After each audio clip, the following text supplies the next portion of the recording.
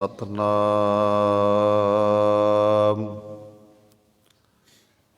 ਸ਼੍ਰੀ ਵਾਹਿਗੁਰੂ ਸਾਹਿਬ ਜੀ।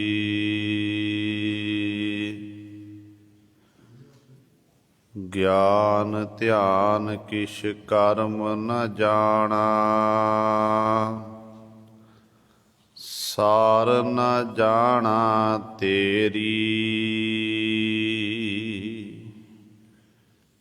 ਸਭ ਤੇ ਵੱਡਾ ਸਤਿਗੁਰ ਨਾਨਕ, ਜਿਨ ਕਲ ਰਾਖੀ ਮੇਰੀ।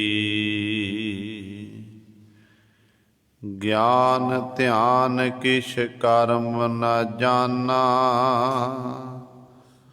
ਨਾਹਿਨ ਨਿਰਮਲ ਕਰਨੀ। ਸਾਧ ਸੰਗਤ ਕੈ ਅੰਚਲ ਲਾਵਹੁ, ਬਿਖਮ ਨਦੀ ਜਾਏ ਤਰਣੀ। ਪੂਰਾ ਪ੍ਰਭ ਆਰਾਧਿਆ, ਪੂਰਾ ਜਾ ਕਾ ਨਾਉ। ਨਾਨਕ ਪੂਰਾ ਪਾਇਆ, ਪੂਰੇ ਕੇ ਗੁਣ ਗਾਓ। ਬਾਣੀ ਗੁਰੂ ਗੁਰੂ ਹੈ ਬਾਣੀ, ਵਿੱਚ ਬਾਣੀ ਅੰਮ੍ਰਿਤ ਸਾਰੇ। ਗੁਰ ਬਾਣੀ ਕਹੈ ਸੇਵਕ ਜਨ ਮਾਨੈ, ਪਰਤਖ ਗੁਰੂ ਨਿਸਤਾਰੇ। ਸੋ ਕਹੋ ਟਲ ਗੁਰ ਸੇਵੀਐ, ਅਹਨਿਸ ਸਹਿਜ ਸੁਭਾਏ। ਦਰਸ਼ਨ ਪਰਸੈ ਗੁਰੂ ਕੈ, ਜਨਮ ਮਰਨ ਦੁਖ ਜਾਏ। ਹੋਵੈ ਸਿਫਤ ਖਸਮ ਦੀ, ਨੂਰ ਅਰਸੋ ਕੁਰਸੋ ਝਟੀਐ। ਤੁਧ ਡਿਠੇ ਸੱਚੇ ਪਾਤਸ਼ਾਹ, ਮਲ ਜਨਮ ਜਨਮ ਦੀ ਕੱਟੀਐ। ਸੱਜਣ ਸੱਚਾ ਪਾਤਸ਼ਾਹ, ਸਿਰ ਸਾਹਾਂਦੈ ਸਾਹੋ। ਜਿਸ ਪਾਸ ਬੈਠਿਆ ਸੋਹੀਐ, ਸਭਨਾ ਦਾ ਵੇਸਾਹੋ। ਸਤਨਾਮ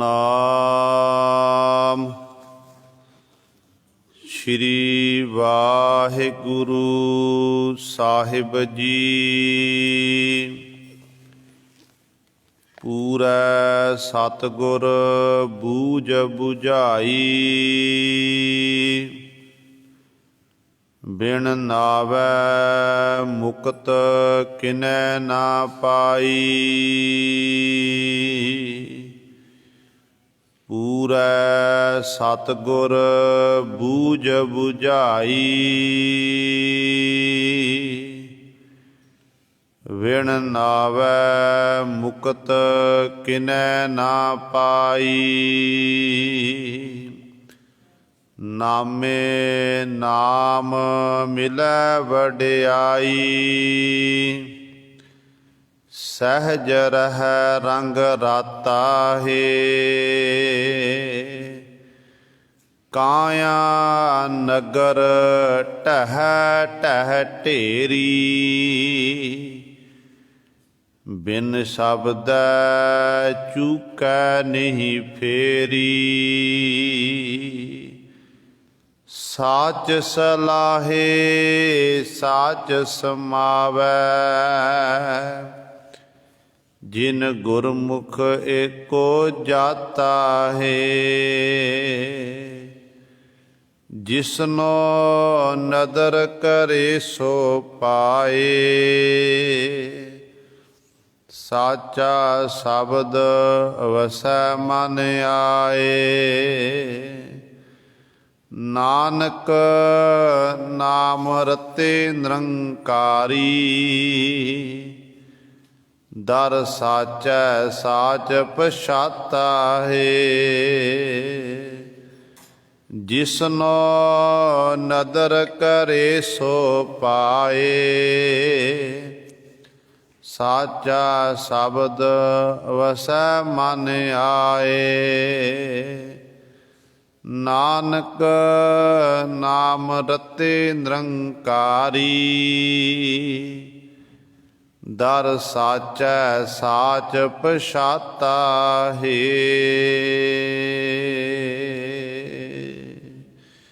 ਵਾਹਿਗੁਰੂ ਜੀ ਕਾ ਖਾਲਸਾ, ਵਾਹਿਗੁਰੂ ਜੀ ਕੀ ਫਤਿਹ।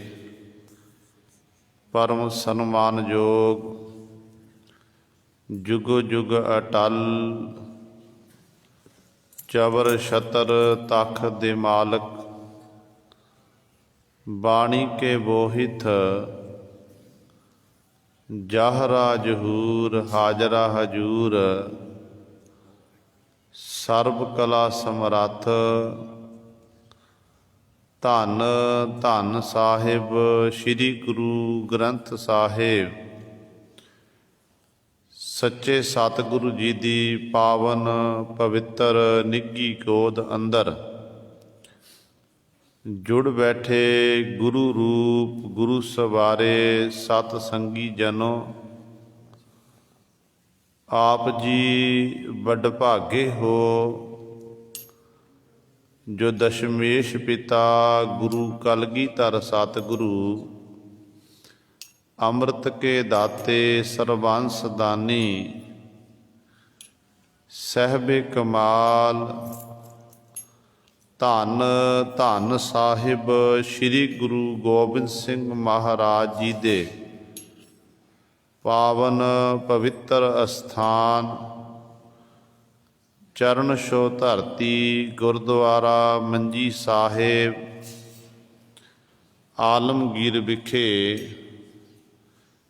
ਅੰਮ੍ਰਿਤ ਵੇਲੇ ਤੋਂ ਹਾਜ਼ਰੀਆਂ ਭਰ ਕੇ ਸਤ ਸੰਗਤ ਕਰਕੇ ਸਾਹਿਬਾਂ ਦੀਆਂ ਖੁਸ਼ੀਆਂ ਪ੍ਰਾਪਤ ਕਰ ਰਹੇ ਹੋ। ਸਾਹਿਬਾਂ ਦੇ ਪਾਵਨ ਦਰਬਾਰ ਦੇ ਵਿੱਚ ਅੰਮ੍ਰਿਤ ਵੇਲੇ ਤੋਂ ਸਜੇ ਦੀਵਾਨਾਂ ਵਿੱਚ ਆਪ ਜੀ ਨੇ ਹੁਣੇ ਹੀ ਸਤਿਕਾਰਯੋਗ ਗੁਰੂ ਘਰ ਦੇ ਕੀਰਤਨੀਆਂ ਪਾਸੋਂ ਸ਼੍ਰੀ ਆਸਾ ਜੀ ਕੀ ਵਾਰ ਦੇ ਕੀਰਤਨ ਸ਼ਰਵਣ ਕੀਤੇ ਹਨ। ਸੋ ਆਓ ਗੁਰੂ ਸਵਾਰਿਓ, ਸਮਾਂ ਹੈ ਜੋ ਚੱਲ ਰਹੀ ਲੜੀਵਾਰ ਗੁਰਬਾਣੀ ਦੀ ਕਥਾ ਮਾਰੂ ਰਾਗ ਦੇ ਵਿੱਚੋਂ ਆਪ ਸੰਗਤਾਂ ਸ਼ਰਵਣ ਕਰਦੀਆਂ ਆ ਰਹੀਆਂ ਹਨ। ਤੀਸਰੇ ਪਾਤਸ਼ਾਹ ਧੰਨ ਧੰਨ ਸਾਹਿਬ ਸ੍ਰੀ ਗੁਰੂ ਅਮਰਦਾਸ ਪਾਤਸ਼ਾਹ ਮਹਾਰਾਜ, ਜਿਨ੍ਹਾਂ ਦੇ ਬਾਬਤ ਭੱਟ ਸਾਹਿਬਾਨ ਜੀ ਬਚਨ ਕਰਦੇ ਨੇ ਕਿ ਗੁਰ ਅਮਰਦਾਸ ਪਰਸੀਐ ਪੋਹੰ ਪਾਤਕ ਬਿਨਾਸਹਿ। ਗੁਰ ਅਮਰਦਾਸ ਪਰਸੀਐ ਸਿੱਧ ਸਾਧਕ ਆਸਾਸਹਿ। ਗੁਰ ਅਮਰਦਾਸ ਪਰਸੀਐ ਧਿਆਨ ਲਈਐ ਪੋ ਮੁਕਹਿ। ਗੁਰ ਅਮਰਦਾਸ ਪਰਸੀਐ ਅਭਉ ਲੱਭੈ ਗੋ ਚੁਕੈ। ਇਕ ਬਿਨ ਦੁੱਗਣ ਜੋ ਤੋ ਰਹੈ ਜਾਸ ਮੰਤਰ ਮਾਨਬੈ ਲਹੈ। ਜਾਲਪਾ ਪਦਾਰਥ ਇਤੜੇ ਗੁਰ ਅਮਰਦਾਸ ਡਿਠੇ ਮਿਲੈ। ਭੱਟ ਜਾਲਪ ਜੀ ਬਚਨ ਕਰਦੇ ਹਨ, ਕਹਿੰਦੇ ਨੇ ਗੁਰੂ ਅਮਰਦਾਸ ਪਾਤਸ਼ਾਹ ਦੇ ਚਰਨ ਪਰਸਨ ਦੇ ਨਾਲ ਪੋਹ ਪਾਤਕ ਬਿਨਾਸੈ।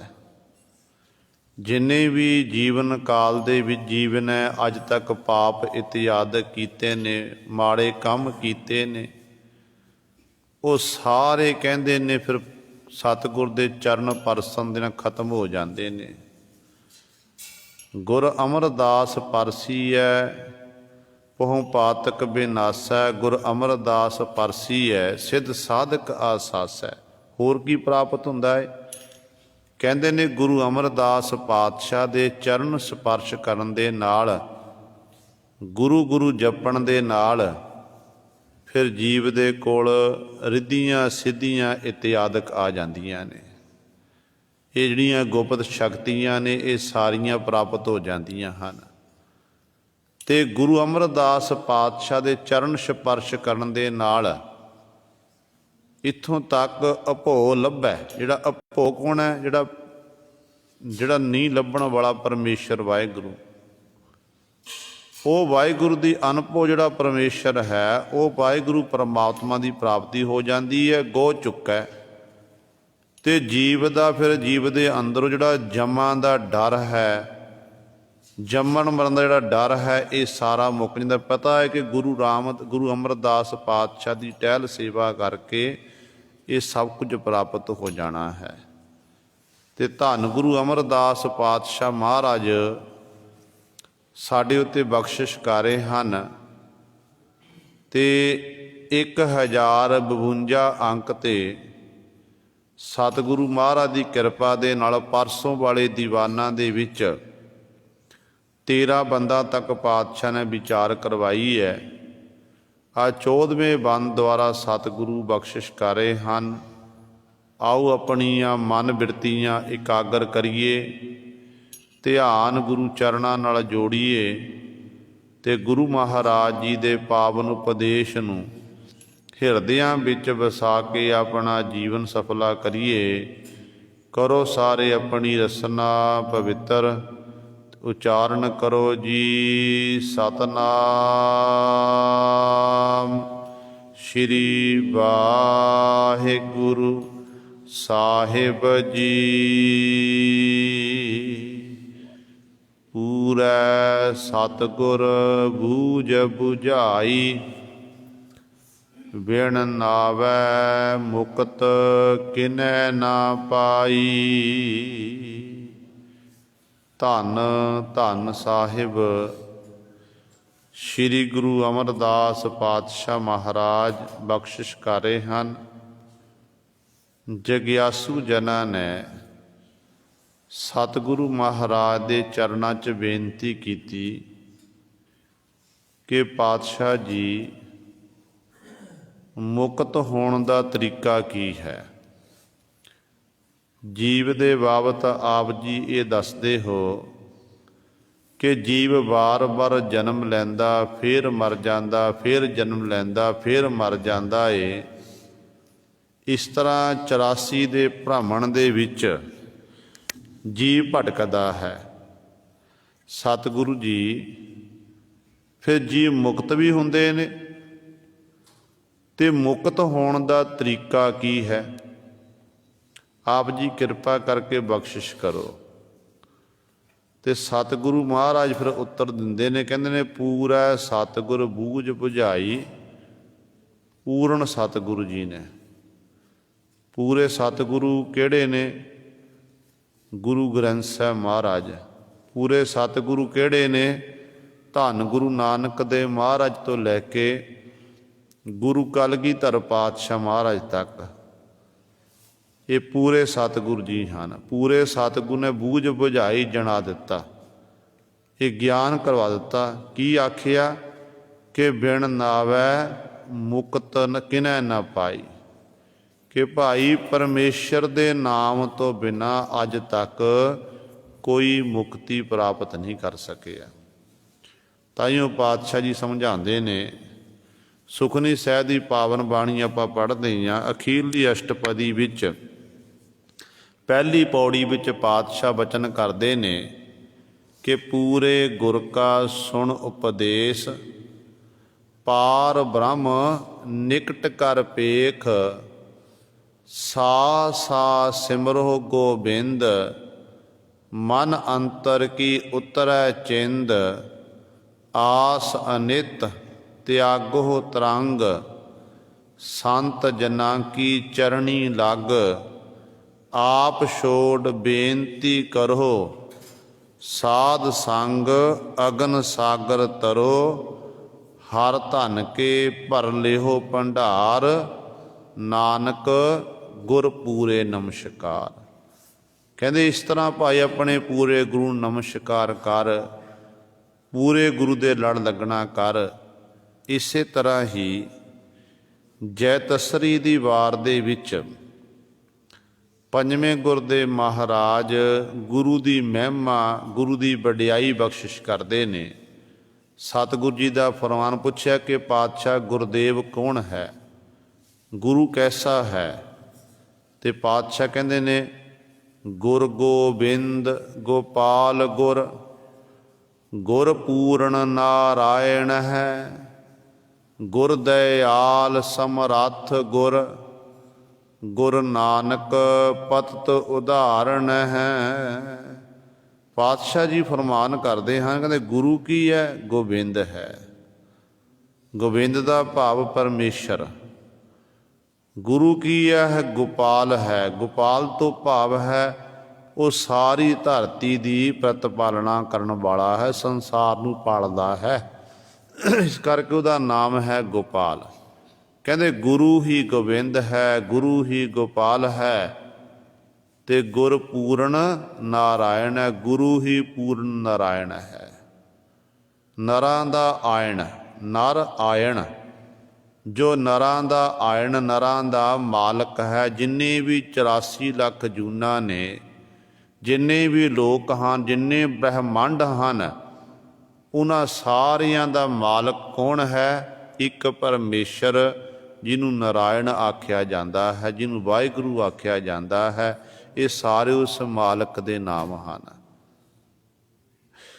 ਤੇ ਪਾਤਸ਼ਾਹ ਕਹਿੰਦੇ ਮੇਰੇ ਲਈ ਮੇਰਾ ਗੁਰੂ ਹੀ ਗੋਬਿੰਦ, ਗੁਰੂ ਹੀ ਗੋਪਾਲ, ਗੁਰੂ ਹੀ ਨਾਰਾਇਣ ਹੈ। ਹੋਰ ਗੁਰੂ ਵਿੱਚ ਕਿਹੜੇ ਗੁਣ ਨੇ? ਕਹਿੰਦੇ ਗੁਰ ਦਇਆਲ, ਗੁਰੂ ਦਇਆ ਦਾ ਘਰ ਹੈ, ਦਿਆਲੂ ਹੈ। ਗੁਰ ਦਇਆਲ ਸਮਰੱਥ ਗੁਰ, ਗੁਰੂ ਸਮਰੱਥ ਹੈ, ਸਰਬ ਸ਼ਕਤੀਮਾਨ ਹੈ। ਗੁਰ ਦਇਆਲ ਸਮਰੱਥ ਗੁਰ, ਗੁਰੂ ਨਾਨਕ ਪਤਿਤ ਉਦਾਹਰਣ ਹੈ। ਪਾਪੀਆਂ ਨੂੰ ਕਹਿੰਦੇ ਪਵਿੱਤਰ ਕਰਨ ਵਾਲਾ ਮੇਰਾ ਗੁਰੂ ਇਹੋ ਜਿਹਾ ਹੈ। ਅਗਲੀ ਪੰਕਤੀ 'ਚ ਪਾਤਸ਼ਾਹ ਬਖਸ਼ਿਸ਼ ਕਰਦੇ ਨੇ, ਕਹਿੰਦੇ ਨੇ ਭੌਜਲ ਬਿਖਮ ਸਗਾਹੋ, ਗੁਰ ਬਹੁਤੈ ਤਾਰਿਅਮ, ਨਾਨਕ ਪੂਰਕ ਰਮ, ਸਤਿਗੁਰ ਚਰਣੀ ਲੱਗਿਆ। ਕਹਿੰਦੇ ਸੰਸਾਰ ਇੱਕ ਸਮੁੰਦਰ ਦੀ ਨਿਆਈ ਹੈ। ਇਹ ਸੰਸਾਰ ਸਮੁੰਦਰ ਵਿਸ਼ੇ ਵਿਕਾਰਾਂ ਦੇ ਨਾਲ ਨਕਾ ਨਕ ਭਰਿਆ ਹੋਇਆ ਹੈ। ਜੀਵ ਜਿਹੜੇ ਨੇ ਇਸ ਸੰਸਾਰ ਸਮੁੰਦਰ 'ਚ ਗੋਤੇ ਖਾ ਰਹੇ ਹਨ, ਡੁੱਬ ਰਹੇ ਹਨ। ਤੇ ਗੁਰੂ ਕੀ ਕਰਦਾ ਹੈ? ਕਹਿੰਦੇ ਇਸ ਭੈਦਾਇਕ ਸਮੁੰਦਰ ਤੋਂ ਗੁਰੂ ਆਪਣੇ ਪਿਆਰਿਆਂ ਨੂੰ ਤਾਰਦਾ ਹੈ। ਸਤਿਗੁਰੂ ਬਾਂਹ ਪਕੜ ਲੈਂਦੇ ਹਨ। ਭੌਜਲ ਵੇਖੋ ਗੁਰ ਬਹੁਤੈ ਤਾਰਿਅਮ, ਨਾਨਕ ਪੂਰ ਕਰਮ, ਸਤਿਗੁਰ ਚਰਣੀ ਲੱਗਿਆ। ਅਗਲੀ ਪੰਕਤੀ ਪਾਤਸ਼ਾਹ ਬਖਸ਼ਿਸ਼ ਕਰਦੇ ਨੇ, ਕਹਿੰਦੇ ਭਾਈ ਉਹਨਾਂ ਦੇ ਪੂਰਬਲੇ ਚੰਗੇ ਕਰਮ ਹਨ, ਜਿਹੜੇ ਇਹ ਮਨੁੱਖਾ ਦੇਹੀ ਪ੍ਰਾਪਤ ਕਰਕੇ ਸਤਿਗੁਰੂ ਮਹਾਰਾਜ ਦੇ ਚਰਨਾਂ ਵਿੱਚ ਲੱਗੇ ਹੋਏ ਨੇ, ਜੁੜੇ ਹੋਏ ਨੇ। ਕਿਉਂਕਿ ਭਾਗਾਂ ਤੋਂ ਬਿਨਾਂ ਗੁਰੂ ਸਵਾਰੇ, ਗੁਰੂ ਵਾਲੇ ਨਹੀਂ ਬਣਿਆ ਜਾ ਸਕਦਾ ਏ। ਤੇ ਭਾਗਾਂ ਤੋਂ ਬਿਨਾਂ ਜਿਹੜੀ ਹੈ ਸਤ ਸੰਗਤ ਦੀਆਂ ਘੜੀਆਂ ਦਾ ਲਾਹਾ ਪ੍ਰਾਪਤ ਨਹੀਂ ਕੀਤਾ ਜਾ ਸਕਦਾ ਹੈ। ਆਪ ਸੰਗਤਾਂ ਨਿਤਾ ਪ੍ਰਤੀ ਅੰਮ੍ਰਿਤ ਵੇਲੇ ਪਾਤਸ਼ਾਹ ਦੇ ਪਾਵਨ ਦਰਬਾਰ ਦੇ ਵਿੱਚ ਹਾਜ਼ਰੀਆਂ ਭਰਦੇ, ਨਤਮਸਤਕ ਹੁੰਦੇ ਹੋ। ਇਹ ਗੁਰੂ ਦੀ ਕਿਰਪਾ ਹੈ, ਸਾਡੇ ਚੰਗੇ ਭਾਗ ਨੇ ਜੋ ਸਤਿਗੁਰੂ ਮਹਾਰਾਜ ਨੇ ਸਾਨੂੰ ਗੋਦ ਵਿੱਚ ਬੈਠਣ ਦਾ ਸੁਭਾਗਾ ਸਾਂ ਬਖਸ਼ਿਸ਼ ਕੀਤਾ ਹੈ। ਨਹੀਂ ਕਈ ਵਾਰੀ ਐਸਾ ਹੁੰਦਾ ਹੈ, ਇਹੋ ਜਿਹੀ ਵੀ ਦੇਖਣਾ ਕੀਤੇ ਨੇ, ਜਿਹੜੇ ਬਿਲਕੁਲ ਗੁਰੂ ਘਰਾਂ ਦੇ ਕੋਲ ਰਹਿੰਦੇ ਨੇ, ਪਰ ਉਹਨਾਂ ਨੂੰ ਹੁਕਮ ਮੱਥਾ ਟੇਕਣ ਦਾ ਹੁਕਮ ਵੀ ਨਹੀਂ ਪ੍ਰਾਪਤ ਹੁੰਦਾ ਹੈ। ਉਹ ਕੀ ਹੈ ਕਿ ਚੰਗੇ ਭਾਗ ਨਹੀਂ ਹਨ।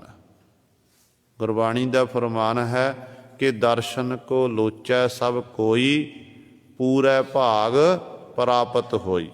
ਸਾਰੇ ਕਹਿੰਦੇ ਨੇ ਸਾਨੂੰ ਮਾਲਕ ਦੇ, ਪ੍ਰਭੂ ਦੇ ਦਰਸ਼ਨ ਹੋਣ, ਦੀਦਾਰ ਹੋਣ, ਪਰ ਜਿਹਦੇ ਪੂਰਬਲੇ ਚੰਗੇ ਭਾਗ ਨੇ, ਅਸਲ ਵਿੱਚ ਕਹਿੰਦੇ ਉਹਨੂੰ ਫਿਰ ਮਾਲਕ ਪ੍ਰਭੂ ਦੇ ਦਰਸ਼ਨ ਦੀਦਾਰੇ ਹੁੰਦੇ ਹਨ। ਤੇ ਸਤਿਗੁਰੂ ਮਹਾਰਾਜ ਵਚਨ ਕਰਦੇ ਨੇ, ਨਾਨਕ ਪੂਰ ਕਰਮ, ਸਤਿਗੁਰ ਚਰਣੀ ਲੱਗਿਆ। ਫਿਰ ਅੱਗੇ ਦੱਸਦੇ ਨੇ ਕਿ ਧੰਨ ਧੰਨ ਗੁਰਦੇਵ ਜਿਸ ਸੰਗ ਹਰ ਜਪੇ। ਕਹਿੰਦੇ ਮੇਰਾ ਗੁਰਦੇਵ ਧੰਨ ਹੈ ਜਿਸ ਗੁਰੂ ਦੀ ਸੰਗਤ ਕਰਕੇ ਹਰੀ ਦਾ ਜਾਪ ਹੋਇਆ, ਭਾਵ ਹਰੀ ਦਾ ਸਿਮਰਨ ਕੀਤਾ ਗਿਆ। ਗੁਰੂ ਪਾਸੋਂ ਹੀ ਨਾਮ ਮਿਲਦਾ ਨਾ। ਧੰਨ ਧੰਨ ਗੁਰਦੇਵ ਜਿਸ ਸੰਗ ਹਰ ਜਪੇ। ਕਹਿੰਦੇ ਨੇ ਗੁਰੂ ਕੀ ਹੈ? ਗੁਰੂ ਐਸਾ ਹੈ ਜਿਹੜਾ ਸਾਨੂੰ ਨਾਮ ਦੀ ਖੁਮਾਰੀ ਦੇਣ ਵਾਲਾ। ਗੁਰੂ ਸਾਡੇ ਅੰਦਰੋਂ ਅਗਿਆਨਤਾ ਦਾ ਹਨੇਰਾ ਦੂਰ ਕਰਨ ਵਾਲਾ। ਇਸੇ ਪ੍ਰਕਾਰ ਹੀ 52 ਅੱਖਰੀ ਦੇ ਵਿੱਚ ਧੰਨ ਗੁਰੂ ਅਰਜਨ ਦੇਵ ਮਹਾਰਾਜ ਬਖਸ਼ਿਸ਼ ਕਰਦੇ ਨੇ। ਸਤਿਗੁਰੂ ਕਹਿੰਦੇ ਨੇ ਗੁਰਦੇਵ ਮਾਤਾ, ਗੁਰਦੇਵ ਪਿਤਾ, ਗੁਰਦੇਵ ਬੰਧਪ ਸਹੋਦਰਾ, ਗੁਰਦੇਵ ਸਖਾ ਅਗਿਆਨ ਭੰਜਨ, ਗੁਰਦੇਵ ਮੰਤ ਨਿਰੋਧਰਾ। ਇਹ ਗੁਰਦੇਵ ਹੀ ਮੇਰੇ ਲਈ, ਗੁਰੂ ਹੀ ਮੇਰੇ ਲਈ ਕਹਿੰਦੇ ਮਾਤਾ ਹੈ, ਗੁਰੂ ਹੀ ਪਿਓ ਹੈ, ਗੁਰੂ ਹੀ ਮੇਰੇ ਲਈ ਸਖਾ ਬੰਧਪ ਹੈ, ਰਿਸ਼ਤੇਦਾਰ ਇਤਿਆਦਿਕ ਹੈ। ਤੇ ਇਸ ਕਰਕੇ ਗੁਰੂ ਤੋਂ ਵੱਡਾ ਕੋਈ ਨਹੀਂ ਹੈ। ਗੁਰੂ ਜਿਹੜਾ ਸਾਡੇ ਹਿਰਦੇ ਅੰਦਰ ਗਿਆਨ ਦਾ ਪ੍ਰਕਾਸ਼ ਕਰਨ ਵਾਲਾ। ਤੇ ਸਤਿਗੁਰੂ ਜੀ ਕਹਿੰਦੇ ਐਸੇ ਪੂਰੇ ਸਤਿਗੁਰੂ ਪਾਸੋਂ, ਪੂਰੇ ਗੁਰੂ ਪਾਸੋਂ ਮੇਰੇ ਪੂਰੇ ਗੁਰੂ ਨੇ ਬਖਸ਼ਿਸ਼ ਕੀਤੀ ਹੈ। ਮੈਨੂੰ ਇਹ ਬੂਝ ਬੁਝਾਈ, ਇਹ ਜਣਾ ਦਿੱਤਾ, ਇਹ ਦੱਸਣਾ ਕੀਤਾ ਹੈ ਕਿ ਬਿਨ ਨਾਵੈ ਮੁਕਤ ਕਿਨੈ ਨਾ ਪਾਈ। ਕਿ ਭਾਈ ਨਾਮ ਜਪਣ ਤੋਂ ਬਿਨਾਂ ਕੋਈ ਵੀ ਅੱਜ ਤੱਕ ਮੁਕਤੀ ਪ੍ਰਾਪਤ ਨਹੀਂ ਕਰ ਸਕਿਆ। ਜਿਨ੍ਹਾਂ ਨਾਮ ਜਪਿਆ ਉਸ ਮਾਲਕ ਦੀ ਇਬਾਦਤ ਕੀਤੀ ਹੈ, ਉਹ ਨਾਮ ਜਪ ਕੇ ਅਭੇਦ ਨਾਮੀ ਵਿੱਚ ਅਭੇਦ ਹੋਏ ਨੇ। ਤੇ ਫਿਰ ਉਹ ਜੀਵ ਮੁਕਤ ਹੋਏ ਹਨ। ਬਿਨ ਨਾਮੇ ਨਾਮ ਮਿਲੈ ਵਡਿਆਈ, ਸਹਿਜ ਰਹਿ ਰੰਗ ਰਾਤਾ ਹੈ। ਨਾਮ ਜਪਣ ਵਾਲਿਆਂ ਨੂੰ ਜਦੋਂ ਨਾਮ ਜਪ ਕੇ ਉਸ ਨਾਮੀ ਵਿੱਚ ਅਭੇਦ ਹੋ ਜਾਂਦੇ ਨੇ, ਲੀਨ ਹੋ ਜਾਂਦੇ ਹਨ, ਉਹਨਾਂ ਨੂੰ ਫਿਰ ਪਰਮੇਸ਼ਰ ਪਾਸੋਂ, ਵਾਹਿਗੁਰੂ ਪਾਸੋਂ ਵਡਿਆਈ ਮਿਲਦੀ ਹੈ। ਕਿਉਂਕਿ ਉਹ ਜਿਹੜਾ ਜੀਵ ਹੈ ਸਦੀਵੀ ਕਾਲ ਲਈ ਸਹਿਜ ਰਹਿ ਰੰਗ ਰਾਤਾ ਹੈ। ਸਹਿਜ ਤੋਂ ਭਾਵ ਹੈ ਆਤਮ ਅਡੋਲਤਾ ਵਾਲੀ ਅਵਸਥਾ, ਜਿੱਥੇ ਮਨ ਕਦੇ ਡੋਲਦਾ ਨਹੀਂ ਹੈ, ਮਨ ਬਿਲਕੁਲ ਕੇਂਦਰਿਤ ਰਹਿੰਦਾ ਹੈ। ਉਸ ਰੰਗ ਦੇ ਵਿੱਚ ਕਹਿੰਦੇ ਉਹ ਜੀਵ ਫਿਰ ਰਾਤਾ ਹੈ, ਤਦਾਕਾਰ ਰਹਿੰਦਾ ਹੈ, ਮਸਤ ਰਹਿੰਦਾ ਹੈ। ਉਹਦੀ ਇਹ ਆਤਮ ਅਡੋਲਤਾ ਵਾਲੀ ਅਵਸਥਾ ਕਦੇ ਅਭੰਗ ਨਹੀਂ ਹੁੰਦੀ ਹੈ। ਨਾਮ ਵਿੱਚ ਇੰਨੀ ਤਾਕਤ ਹੈ। ਜਿਸ ਨੇ ਵੀ ਸੰਸਾਰ ਵਿੱਚ ਆ ਕੇ ਨਾਮ ਜਪਿਆ ਤੇ ਉਹਨਾਂ ਨੂੰ ਫਿਰ ਬੜਾ ਮਾਣ ਸਨਮਾਨ ਮਿਲਿਆ, ਪਿੱਛੇ ਵੀ ਮਿਲਿਆ, ਹੁਣ ਵੀ ਮਿਲਿਆ ਤੇ ਅੱਗੇ ਵੀ ਮਿਲਦਾ ਰਹੇਗਾ। ਗੁਰੂ ਗ੍ਰੰਥ ਸਾਹਿਬ ਮਹਾਰਾਜ ਦੇ ਵਿੱਚ ਬਹੁਤ ਸਾਰੇ ਭਗਤਾਂ ਦਾ ਜ਼ਿਕਰ ਆਉਂਦਾ ਹੈ। ਜਿੱਥੇ 15 ਭਗਤ ਸਤਿਗੁਰੂ ਗੁਰੂ ਗ੍ਰੰਥ ਸਾਹਿਬ ਜਿਨ੍ਹਾਂ ਦੀ ਬਾਣੀ ਦਰਜ ਹੈ, ਉੱਥੇ ਬਹੁਤ ਤਾਦਾਦ ਵਿੱਚ ਐਸੇ ਭਗਤ ਨੇ ਜਿਨ੍ਹਾਂ ਭਗਤਾਂ ਨੇ ਪਰਮੇਸ਼ਰ ਦੀ ਇਬਾਦਤ ਕੀਤੀ, ਵਡਿਆਈ ਕੀਤੀ। ਉਹਨਾਂ ਦਾ ਨਾਮ ਸੁਨਹਿਰੀ ਅੱਖਰਾਂ ਵਿੱਚ ਲਿਖਿਆ ਗਿਆ। ਇੱਥੋਂ ਤੱਕ ਜਿਨ੍ਹਾਂ ਨੇ ਇਬਾਦਤ ਕੀਤੀ ਹੈ ਨਾ, ਬੰਦਗੀ ਕੀਤੀ ਹੈ, ਤੇ ਸਤਿਗੁਰੂ ਗੁਰੂ ਗ੍ਰੰਥ ਸਾਹਿਬ ਮਹਾਰਾਜ ਨੇ ਉਹਨਾਂ ਦੀ ਵਡਿਆਈ ਵਿੱਚ ਸ਼ਬਦ ਵਰਤੇ ਨੇ। ਪਾਤਸ਼ਾਹ ਨੂੰ ਪੁੱਛਿਆ, ਕਹਿਣ ਲੱਗੇ ਕਿ ਪਾਤਸ਼ਾਹ ਆਪ ਜੀ ਕਹਿੰਦੇ ਹੋ ਕਿ ਨਾਮ ਜਪੋ, ਅੰਮ੍ਰਿਤ ਵੇਲੇ ਦੀ ਸੰਭਾਲ ਕਰੋ, ਬੰਦਗੀ ਕਰੋ, ਤੇ ਸਤਿਗੁਰੂ ਜੀ ਨਾਮ ਜਪਿਆ ਕਿਵੇਂ ਜਾਣਾ ਹੈ? ਆਪ ਜੀ ਕਿਰਪਾ ਕਰਕੇ ਦੱਸਣਾ ਕਰੋ, ਨਾਮ ਜਪਣ ਦਾ ਤਰੀਕਾ ਕੀ ਹੈ, ਜੁਗਤੀ ਕੀ ਹੈ? ਤੇ ਗੁਰੂ ਪਾਤਸ਼ਾਹ ਨੇ 2 ਭਗਤਾਂ ਦਾ ਜ਼ਿਕਰ ਕਰਕੇ ਸਾਨੂੰ ਸਮਝਾਉਣਾ ਕੀਤਾ ਹੈ, ਜਿਨ੍ਹਾਂ ਨੇ ਛੋਟੀ ਅਵਸਥਾ ਦੇ ਵਿੱਚ ਹੀ ਪਰਮਾਤਮਾ ਦੇ ਗੁਣਾਂ ਦਾ ਗਿਆਨ ਕੀਤਾ ਤੇ ਪਰਮਾਤਮਾ ਵਿੱਚ ਅਭੇਦ ਹੋ ਗਏ। ਉਹ ਕੌਣ ਸੀ? ਭਗਤ ਧਰੂ ਜੀ ਤੇ ਭਗਤ ਪ੍ਰਹਿਲਾਦ ਜੀ। ਸਤਿਗੁਰੂ ਕਹਿੰਦੇ ਨੇ ਨਾ ਰਾਮ ਜਪੋ ਜੀ ਐਸੇ ਐਸੇ, ਧਰੂ ਪ੍ਰਹਿਲਾਦ ਜਪਿਓ ਹਰ ਜੈਸੇ। ਜਿਵੇਂ ਧਰੂ ਨੇ ਜਪਿਆ, ਜਿਵੇਂ ਪ੍ਰਹਿਲਾਦ ਨੇ ਜਪਿਆ, ਹੁਣ ਦੇਖੋ ਤਕਰੀਬਨ 5-6 ਸਾਲ ਦੀ ਉਮਰ ਸੀ ਪ੍ਰਹਿਲਾਦ ਜੀ ਤੇ ਇਹਦੇ ਧਰੂ ਦੀ, ਤੇ ਪਰਮਾਤਮਾ ਦੀ ਬੰਦਗੀ ਕਰਕੇ ਉਹਦੇ ਰੰਗ ਵਿੱਚ ਰੰਗੇ ਗਏ। ਹੁਣ ਇਸ ਤਰ੍ਹਾਂ ਜਦੋਂ ਗੁਰਮਤਿ ਦੇ ਮਾਰਗ ਤੇ ਚੱਲੀਏ, ਭਗਤੀ ਮਾਰਗ ਤੇ ਚੱਲੀਏ, ਉਦੋਂ ਉਮਰ ਦਰਾਜ ਨਹੀਂ ਦੇਖੀ ਜਾਂਦੀ ਹੈ। ਉਦੋਂ ਤਾਂ ਪਤਾ ਨਹੀਂ ਸਤਿਗੁਰੂ ਜੀ ਨੇ ਕਦੋਂ ਕਿਰਪਾ ਕਰ ਦੇਣੀ ਹੈ। ਬਚਪਨ 'ਚ ਵੀ ਕਿਰਪਾ ਹੋ ਸਕਦੀ ਹੈ, ਜਵਾਨੀ 'ਚ ਵੀ ਹੋ ਸਕਦੀ ਹੈ, ਬੁਢਾਪੇ 'ਚ ਵੀ ਹੋ ਸਕਦੀ ਹੈ। ਕਈ ਵਾਰੀ ਐਸਾ ਹੁੰਦਾ ਬਚਪਨ ਵੀ ਚਲਿਆ ਜਾਂਦਾ, ਜਵਾਨੀ ਵੀ ਬੁਢਾਪਾ ਵੀ ਆ ਜਾਂਦਾ ਹੈ, ਅਤੇ ਕਿਰਪਾ ਦੇ ਪਾਤਰ ਆਪਾਂ ਬਣਦੇ ਨਹੀਂ ਹਾਂ। ਸਾਡੇ ਮਾੜੇ ਭਾਗ ਨੇ ਉਹ। ਗੁਰੂ ਘਰ 'ਚ ਆਪਾਂ ਗੁਰੂ ਨਾਨਕ ਸਾਹਿਬ ਮਹਾਰਾਜ ਤੋਂ ਲੈ ਕੇ ਗੁਰੂ ਗੋਬਿੰਦ ਸਿੰਘ ਮਹਾਰਾਜ ਤੱਕ ਆਪਾਂ ਸਤਿਗੁਰ ਦਾ ਜੀਵਨ ਪੜ੍ਹੀਏ, 10 ਪਾਤਸ਼ਾਹੀਆਂ ਦਾ। ਦੇਖੋ ਸਤਿਗੁਰ ਦੇ ਦਰ 'ਤੇ ਕੋਈ ਉਮਰ ਦਰਾਜ ਨਹੀਂ ਦੇਖੀ ਜਾਂਦੀ ਸੀ। ਗੁਰੂ ਪਾਤਸ਼ਾਹ ਦੇ ਦਰ 'ਤੇ ਤਾਂ ਗੁਣ ਦੇਖੇ ਜਾਂਦੇ ਨੇ। ਜਦੋਂ ਜਿਸ ਵਕਤ ਸਤਵੇਂ ਪਾਤਸ਼ਾਹ ਧੰਨ ਗੁਰੂ ਹਰਿਰਾਏ ਸਾਹਿਬ ਮਹਾਰਾਜ ਨੇ ਆਪਣੇ ਛੋਟੇ ਸਪੁੱਤਰ, ਛੋਟੇ ਸਾਹਿਬਜ਼ਾਦੇ ਬਾਲਾ ਪ੍ਰੀਤਮ ਸ਼੍ਰੀ ਗੁਰੂ ਹਰਿਕ੍ਰਿਸ਼ਨ ਸਾਹਿਬ ਮਹਾਰਾਜ ਨੂੰ ਗੁਰਗੱਦੀ ਬਖਸ਼ਿਸ਼ ਕੀਤੀ। ਤਕਰੀਬਨ ਸਤਿਗੁਰਾਂ ਦੀ ਉਸ ਸਮੇਂ ਉਮਰ 5.5 ਸਾਲ ਦੀ ਸੀ।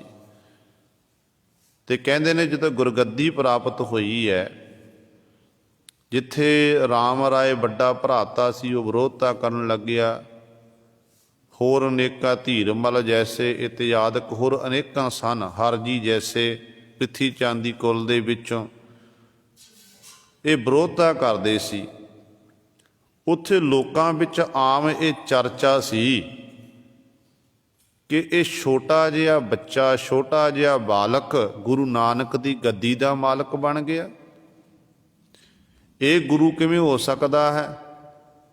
ਇੱਥੋਂ ਤੱਕ ਕਈ ਲੋਕ ਤਾਂ ਇਹ ਆਖਣ ਲੱਗ ਪਏ ਸਨ ਕਿ ਰਾਮ ਰਾਏ ਜਿਹੜਾ ਗੁਰੂ ਪਾਤਸ਼ਾਹ ਦਾ ਵੱਡਾ ਸਾਹਿਬਜ਼ਾਦਾ ਹੈ, ਰਾਮ ਰਾਏ ਨੇ ਔਰੰਗਜ਼ੇਬ ਬਾਦਸ਼ਾਹ ਨੂੰ ਖੁਸ਼ ਕਰਨ ਦੇ ਲਈ ਦਿੱਲੀ ਦੀ ਧਰਤੀ 'ਤੇ ਅਨੇਕਾਂ ਕਰਾਮਾਤਾਂ ਦਿਖਾਣਾ ਕੀਤੀਆਂ ਸਨ। ਇਤਿਹਾਸਕਾਰਾਂ ਮੁਤਾਬਕ ਕਿ 12 ਕਰਾਮਾਤਾਂ ਰਾਮ ਰਾਏ ਨੇ ਦਿਖਾਈਆਂ ਸੀ। 72 ਵਾਹਿਗੁਰੂ 72 ਕਰਾਮਾਤਾਂ 72 ਕਰਾਮਾਤਾਂ ਦਿਖਾਈਆਂ ਤੇ ਉਹਨੂੰ ਖੁਸ਼ ਕਰਨ ਦੇ। ਲੋਕ ਕਹਿਣ ਲੱਗੇ ਦੇਖੋ ਜੀ, ਜਿਹਦੇ ਵਿੱਚ ਕਰਾਮਾਤ ਹੈ ਉਹ ਗੁਰੂ ਹੁੰਦਾ ਹੈ। ਤੇ ਬਾਲਾ ਪ੍ਰੀਤਮ ਜੀ ਤਾਂ ਛੋਟੇ ਨੇ, ਇਹ ਤਾਂ ਬੱਚੇ ਨੇ, ਖੇਡਣ ਵਾਲੇ ਨੇ। ਬੱਚਾ ਇਹ ਉਮਰ 'ਤੇ ਖੇਡਦਾ ਹੁੰਦਾ ਹੈ, ਇਹ ਕਿਵੇਂ ਗੱਦੀ ਦਾ ਮਾਲਕ ਬਣ ਸਕਦਾ ਹੈ? ਕੀਰਤਪੁਰ ਸਾਹਿਬ ਦੀ ਧਰਤੀ 'ਤੇ ਜਿੱਥੇ ਗੁਰਦੁਆਰਾ ਸ਼ੀਸ਼ ਮਹਿਲ ਸਾਹਿਬ ਹੈ, ਇਹਦੇ ਬਿਲਕੁਲ ਆਲੇ ਦੁਆਲੇ ਬ੍ਰਾਹਮਣ ਲੋਕਾਂ ਦੇ ਘਰ ਨੇ। ਤੇ ਉਹ ਲੋਕਾਂ ਨੇ ਮਨ 'ਚ ਇਹ ਵਿਚਾਰ ਕੀਤੀ ਆਪਾਂ ਸਤਿਗੁਰ ਦੀ ਪਰਖ ਕਰੀਏ, ਕਿ ਪਰਖ ਕੀਤੀ ਜਾਵੇ, ਪਤਾ ਲੱਗ ਜਾਏ ਕਿ ਵਾਕਈ ਸ਼੍ਰੀ ਗੁਰੂ ਹਰਿਕ੍ਰਿਸ਼ਨ ਸਾਹਿਬ ਮਹਾਰਾਜ ਗੁਰੂ ਨਾਨਕ ਦੀ ਗੱਦੀ ਦੇ ਵਾਰਸ ਨੇ ਕਿ ਨਹੀਂ ਵਾਰਸ ਹਨ। ਜੇ ਸ਼ਕਤੀ ਹੋਵੇਗੀ ਪਤਾ ਲੱਗੇਗਾ। ਕਹਿੰਦੇ ਨੇ ਇੱਕ ਬ੍ਰਾਹਮਣ ਇਹਨਾਂ ਦਾ ਜਾਤ ਭਾਈ ਜਿਹਨੂੰ ਕੋਹੜ ਦਾ ਰੋਗ ਹੋਇਆ ਸੀ, ਸਰੀਰ ਉੱਤੇ ਕੋਹੜ ਹੈ, ਤਰਾਹੇ ਤਰਾਹੇ ਕਰਦਾ, ਬੜਾ ਆਪਣਾ ਇਲਾਜ ਕਰਾਇਆ ਪਰ ਕਿਤੋਂ ਉਹ ਰੋਗ ਠੀਕ ਨਹੀਂ ਹੋ ਰਿਹਾ।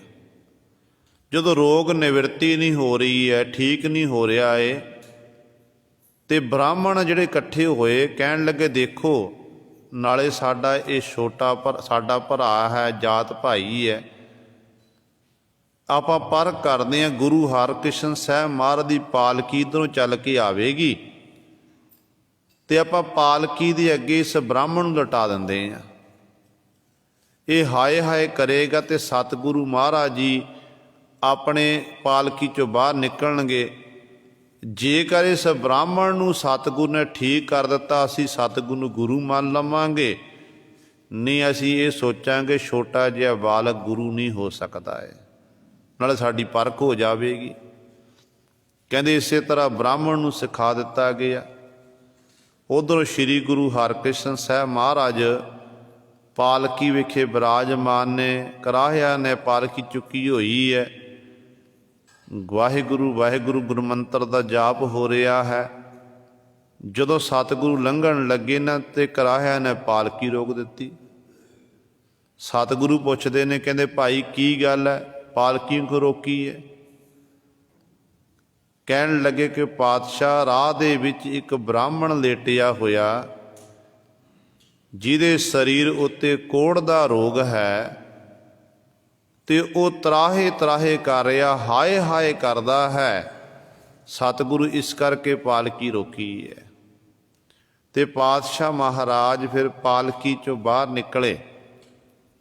ਸਤਿਗੁਰਾਂ ਦੇ ਸੱਜੇ ਕਰ ਕਮਲ ਦੇ ਵਿੱਚ ਇੱਕ ਛੋਟੀ ਜਿਹੀ ਪਾਤਸ਼ਾਹ ਨੇ ਛੜੀ ਪਕੜੀ ਹੋਈ ਹੈ।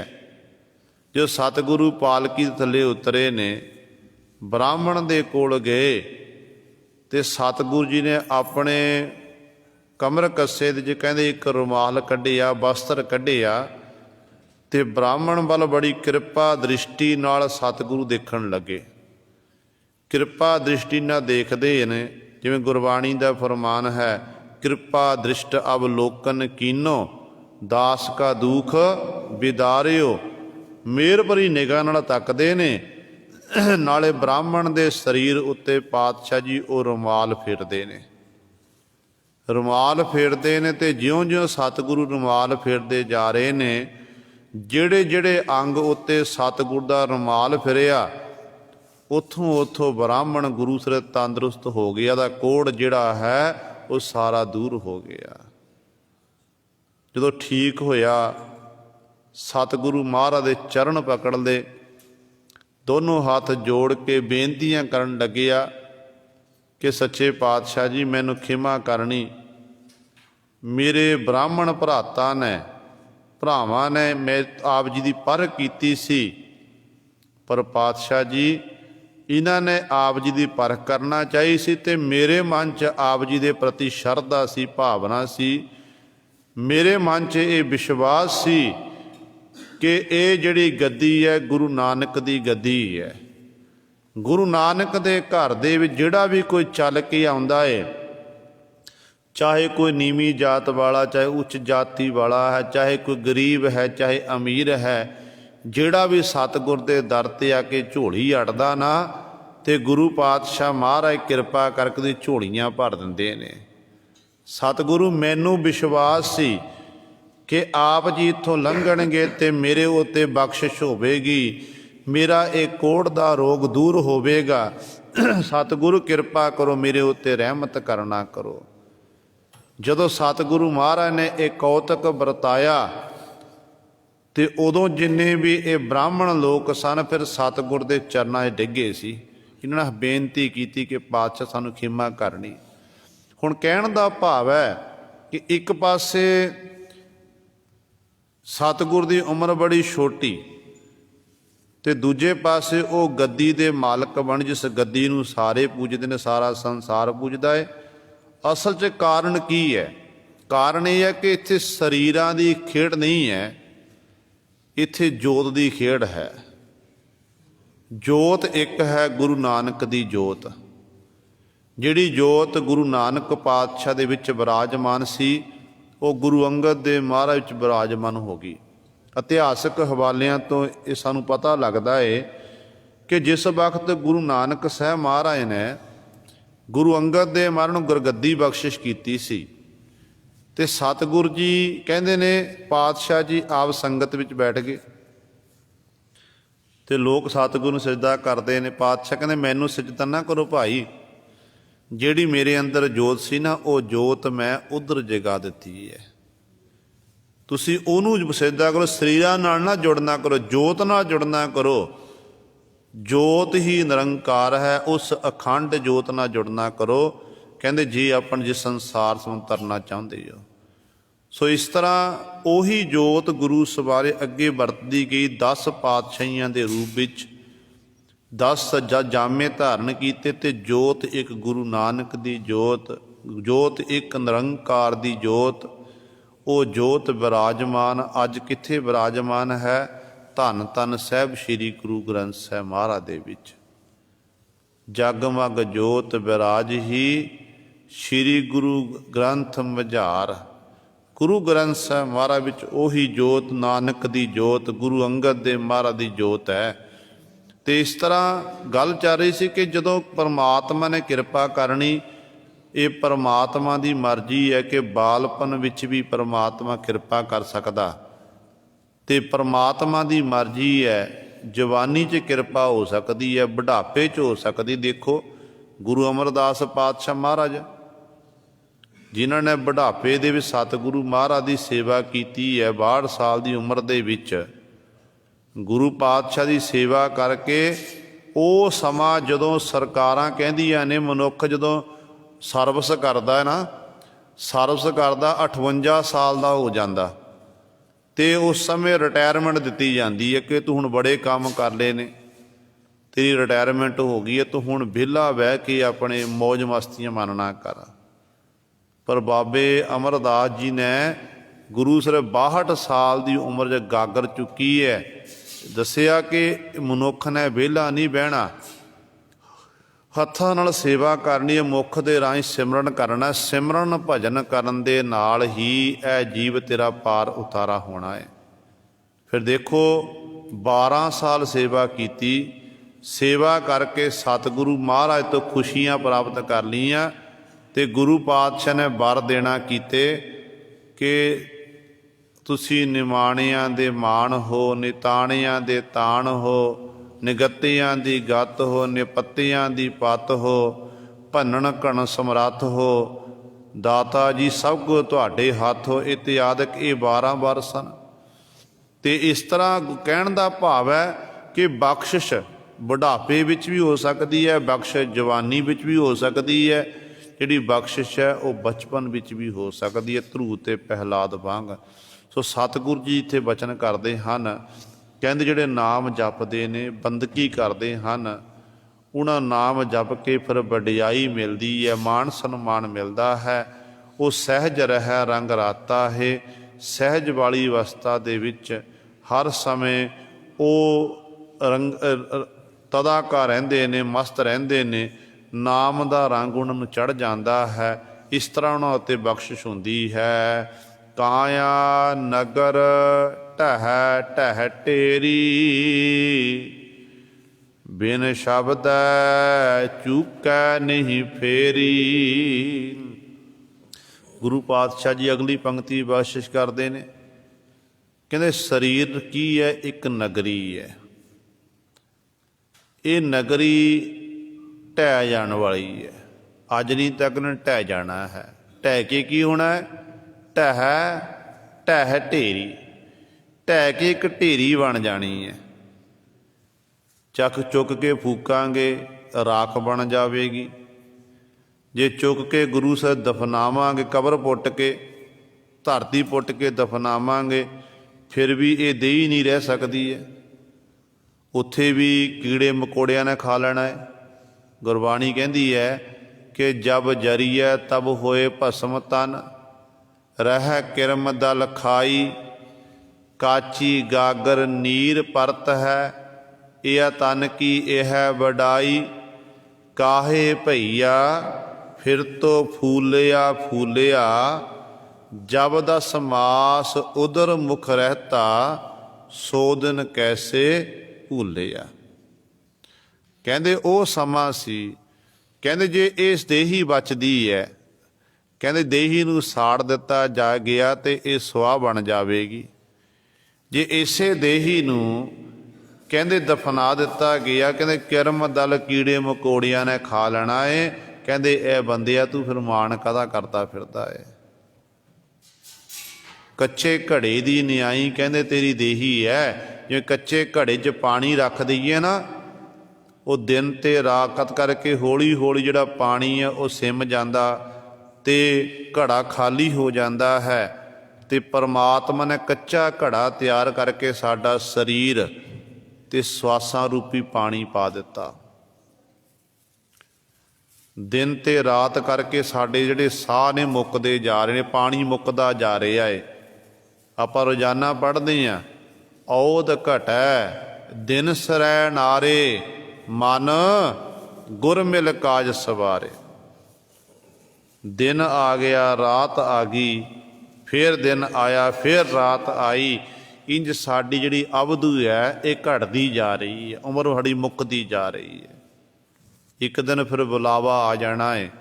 सारी उम्र मनुख कहता है कि मेरी मेरी करदा फिरदा है, ते अखीर ते गुरु सर तेरा कुछ भी नहीं रहिंदा। इत्थों तक जिस शरीर नाल तेरा इन्ना त्यो है, इन्ना तू शरीर दे नेड़े है, अंत वेले तां तेरा शरीर भी साथ छड्ड दिंदा है।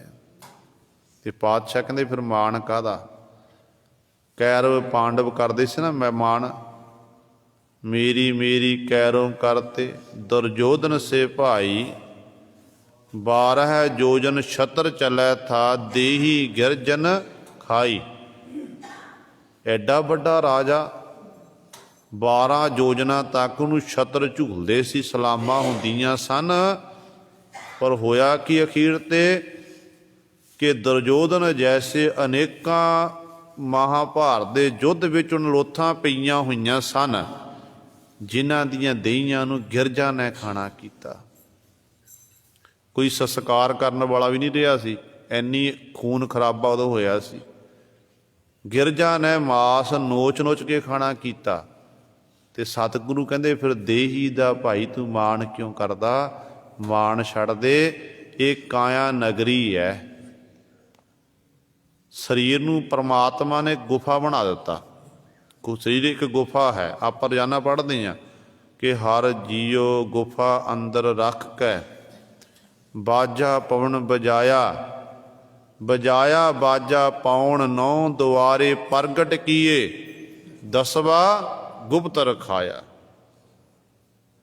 ਹਰੀ ਪਰਮਾਤਮਾ ਨੇ ਸਰੀਰ ਰੂਪੀ ਗੁਫਾ ਸਿਰਜੀ, ਤੇ ਇਸ ਸਰੀਰ ਰੂਪੀ ਗੁਫਾ ਦੇ ਵਿੱਚ ਹਰੀ ਪਰਮਾਤਮਾ ਆਪ ਵੀ ਬੈਠਾ ਹੋਇਆ ਹੈ। ਜਿੱਥੇ ਜੀਵ ਦਾ ਵਾਸਾ ਉੱਥੇ ਇਹਦਾ ਆਪਣਾ ਵਾਸਾ ਵੀ ਹੈ। ਤੇ 10ਵਾਂ ਦਰਬਾਰਾ, 9 ਦਰਵਾਜ਼ੇ ਜਿਹੜੇ ਪ੍ਰਗਟ ਕਰ ਦਿੱਤੇ। ਸਾਡੇ 2 ਨੇਤਰ ਨੇ, 2 ਨਾਸਾਂ ਨੇ, 2 ਕੰਨ ਨੇ, 2 ਅੱਖਾਂ। ਇਸ ਤਰ੍ਹਾਂ ਗੁਰੂ ਸਰ ਸਾਡੇ ਇਸ ਸਰੀਰ ਦੇ ਜਿਹੜੇ ਦਰਵਾਜ਼ੇ ਖੁੱਲ੍ਹੇ ਹੋਏ ਨੇ। ਇੱਕ 10ਵਾਂ ਦਰਬਾਰ ਹੈ ਜਿਹੜਾ ਬੰਦ ਪਿਆ ਹੋਇਆ। ਜਦੋਂ ਉਹ 10ਵਾਂ ਦਰਬਾਰ ਖੁੱਲ੍ਹ ਗਿਆ, ਫਿਰ ਉਸ 10ਵੇਂ ਦਰਬਾਰ ਦੇ ਰਾਹੀਂ ਹੀ ਫਿਰ ਸਾਨੂੰ ਉਸ ਮਾਲਕ ਦੀ ਪ੍ਰਾਪਤੀ ਹੋਵੇਗੀ। ਉਸ ਮਾਲਕ ਨੂੰ ਆਪਾਂ ਅੰਦਰੋਂ ਲੱਭ ਲਵਾਂਗੇ। 10ਵਾਂ ਦੁਆਰਾ ਭਾਵ ਉਸ ਮਾਲਕ ਵੱਲੋਂ ਬਖਸ਼ਿਸ਼ ਕੀਤਾ ਹੋਇਆ ਗਿਆਨ, ਉਹ ਅਨੁਭਵ ਜਦੋਂ ਉਹ ਖੁੱਲ੍ਹ ਗਿਆ ਤੇ ਉਦੋਂ ਫਿਰ ਉਸ ਪਰਮਾਤਮਾ ਨੂੰ ਪ੍ਰਾਪਤ ਕਰ ਲਵਾਂਗੇ। ਤੇ ਸਤਿਗੁਰੂ ਕਹਿੰਦੇ ਇਹ ਨਗਰੀ ਕਾਇਆ ਇੱਕ ਨਗਰੀ ਹੈ, ਇਹ ਢਹਿ ਜਾਵੇਗੀ। ਵੱਡੇ ਵੱਡੇ ਸ਼ਹਿਰ ਵਸਦੇ ਨੇ, ਉੱਜੜ ਜਾਂਦੇ ਨੇ।